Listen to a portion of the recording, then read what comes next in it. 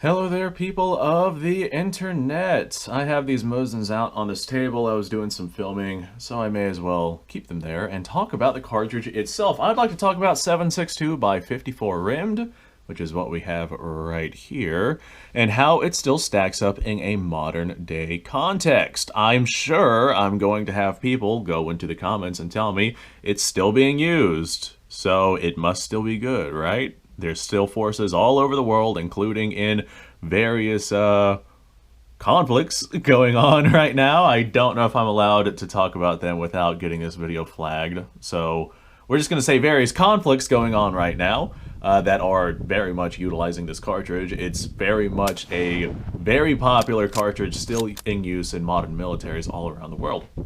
Well, just because it is being used does not mean that it is the best technology out there. Just because somebody is out there still utilizing whatever it is that they're using does not mean that it is the best technology that we have available to us. It just means that it is good enough to get the job done. Now, that being said, there are still people out there hunting with round ball and muskets. Does that mean that that right there is, just because it's still being used by people, does that mean that it is still the best? No, it does not. Not by any stretch of the imagination. There's people still out there hunting with bows and arrows. Does that mean that that's the best? No, definitely not. I would absolutely take a rifle over a bow and arrow. Just because there's people using it does not mean that it is the best. Okay, I want to go ahead and throw that out there and really emphasize that, because the amount of people that I get in my comments who say, this is still being used, so it's still good, well, there's definitely some shortcomings with this cartridge. And I mean, it was designed in the 1890s. What do you expect? If we compare something like the 7.62 by 54R to, say, oh, I don't know, a 300 Win Mag, which is definitely a much more modern version of a cartridge, then this right here definitely does not stack up by any stretch of the imagination. Or if we compare it to, well, let's go ahead and just dive right into the cartridge itself. What exactly is it? It is a, we're going to go ahead and just talk about the light bulb because that's what I have right here. It is a 147 grain bullet that should be traveling at about 2,800 feet per second from a full-length rifle barrel. So that puts it about on par with 7.62 NATO, which, I mean, that's fine and great and dandy and whatnot. 7.62 NATO, that came about in the late 1950s. And it is still very much being used all around the world by many different forces.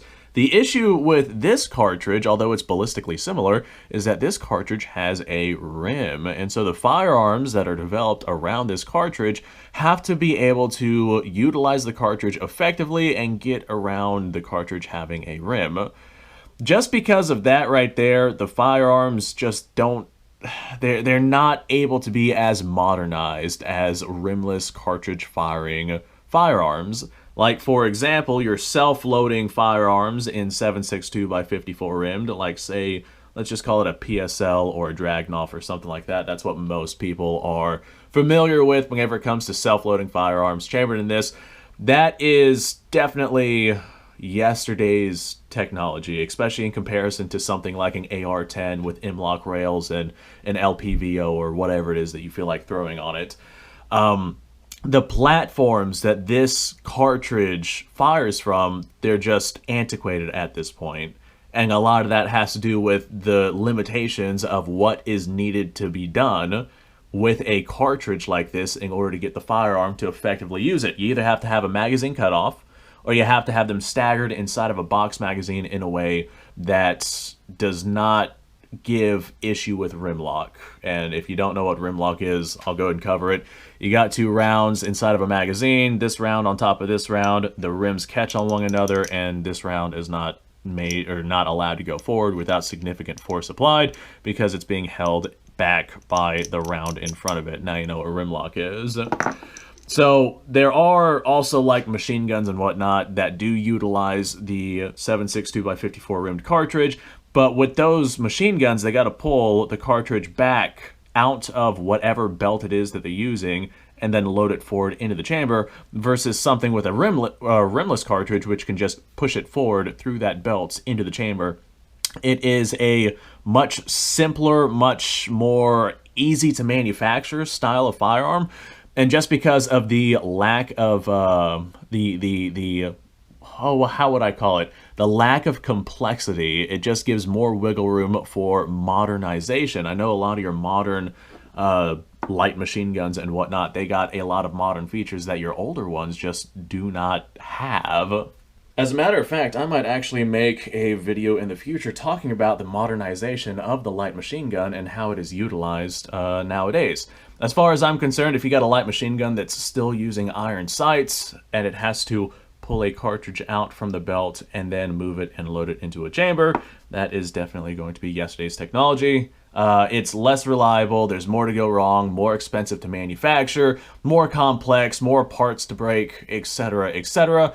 They definitely have their own fair share of issues, but that being said, that does not necessarily mean that they can't get the job done. Like I said, I'm not saying that this right here cannot do whatever it is that you're looking to do. I'm just comparing it to modern technologies. Now, as far as the ballistic capabilities of these go, if we compare this to, say, 7.62 NATO, it's basically on par, but 7.62 NATO is not the end-all, be-all cartridge. It is definitely good enough for handling, like, the things that most people would need to handle. Most people can't really shoot all that well beyond 100 yards, and most people don't need more power than a 150 grain pill moving at 2,800 feet per second. However, there are instances where you would want more power behind your cartridge, or you would want more ballistic capabilities at long range. There's a reason why 6.5 Creedmoor, I know a lot of people hate that cartridge, but there's a reason why 6.5 Creedmoor has become so gosh darn popular, and that's because of its ballistic capabilities at extremely long ranges. 308 might have more power in shorter ranges, but once you get out to those longer ranges, just because of the lack of friction and whatnot, the 6.5 Creedmoor is actually shooting faster and flatter and has more power at long ranges than something like 308. And 308 is a more modern version of 7.62x54R if we're talking about the cartridge design. It is a rimless cartridge, about on par with the length. This right here is kind of a little bit longer of a cartridge, but it does essentially the same things. It just doesn't have to deal with the rim. The reason why the rim is on there is because back whenever these cartridges were being designed for these firearms, it was easier to headspace on the rim of a cartridge versus on the neck of a cartridge, but nowadays technology is just so gosh darn good that we don't really have any issues with that. So this right here on par with 308/7.62 NATO, but that also is kind of falling to the wayside. There are cartridges out there, modern day, that are much better at longer ranges or that have much more power behind them. If we compare this right here to a 300 Win Mag, it doesn't even begin to stack up. I think the 300 Win Mag sends that 150 grain pill at 3,300 feet per second, if memory serves me correctly. It might be 3,500 feet per second, but I'm not positive. So we're going to go with the lower end of what I'm thinking and lace it in at 33. That might be the 7mm Remington Magnum, though. So it might be the 3,500 feet per second one that I'm thinking about here. So that is the same bullet traveling significantly faster. So this right here is less powerful than other modern cartridges and less capable at long distances than other modern cartridges. But that being said, if you're in a battlefield context or something like that, you don't necessarily need all that power or all that long-range capability for handling whatever it is that you're handling. Especially because if you need something more powerful, you need something really, really, really, like, in the gauge of more powerful, like an emphasis on more powerful, because you're probably using your firearm or your light machine gun or something against, say, a vehicle or an airplane or something like that. And if you're using it against an airplane, good luck. If you're talking about modern fighter jets or something like that, it's just going to be completely worthless against that. But if you're using it against a vehicle or something like that, I don't care how big your light machine gun bullets are. Just the armor plating on modern vehicles is too much. You need a heavy machine gun, anti-material rifle, something like that to be able to punch through it. So that kind of leaves these right here in a gray area in terms of needing a large amount of power to be able to stop something, but this doesn't have the power necessary to stop modern things. And it's got the power necessary for combat distances that are modern day where most combat is taking place at. But I mean, so does something like 7.62 by 39. Most combat is taking place well within the distances that this cartridge right here would be more capable at. And this right here is definitely a much more modern cartridge. Intermediate, so you can carry more ammunition, less powerful, faster follow-up shots. The firearms that are chambered in this are definitely way, way more modern than a lot of your 7.62 by 54 rimmed firearms. It's just a much better fighting cartridge, and since you're not going to be using shoulder-fired or light machine guns against modern-day heavily armored vehicles, and you're going to need some kind of heavier firearm, like heavier firepower for that, it just doesn't really leave much room for practical applications for this antiquated cartridge. There is very little on the modern battlefield that is done with 7.62 by 54 rimmed that could not be done with 7.62 by 39. But there's a lot that this cartridge can do that really puts a limitation on what this cartridge right here can do. So, in short, this right here does have its applications. It definitely does have its place, but that place is narrowing very, very rapidly as we get into better vehicles where you need more advanced and powerful and whatnot firearms to be able to take out those vehicles, or as we see shots taken at way longer distances than what shots used to be taken at whenever these right here were being designed. Nowadays, hitting at 1,000 yards really is not much of a challenge with something like a 6.5 Creedmoor. It's just, we have better modern technology that utilizes things better. It does jobs better. We got more powerful shoulder-fired cartridges. We got better long-range cartridges. We got better firearms that utilize rimless cartridges.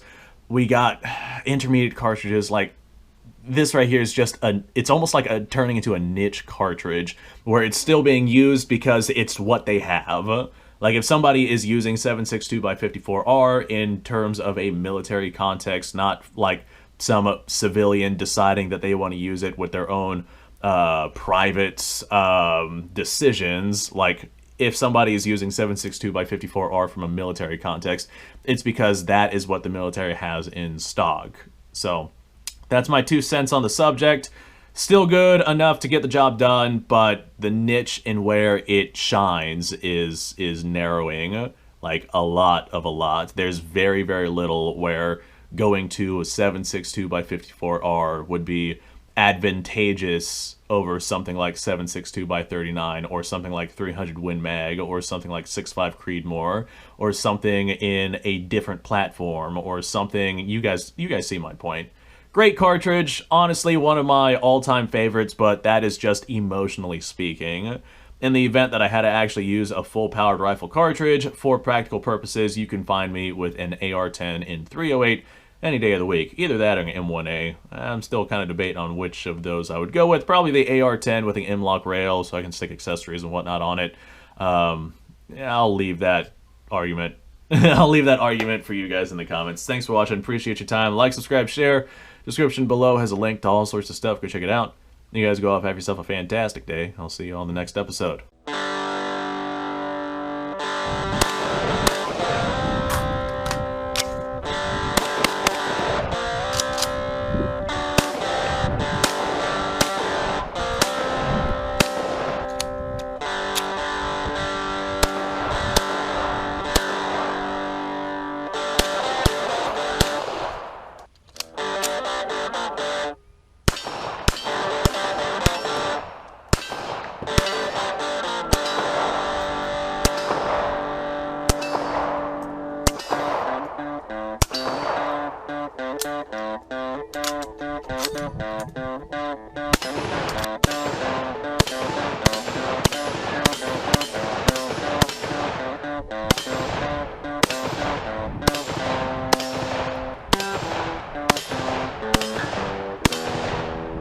Been a little while since I've done this.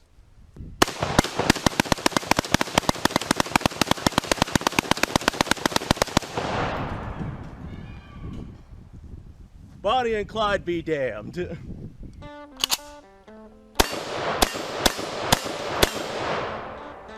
Poor man's Garrett.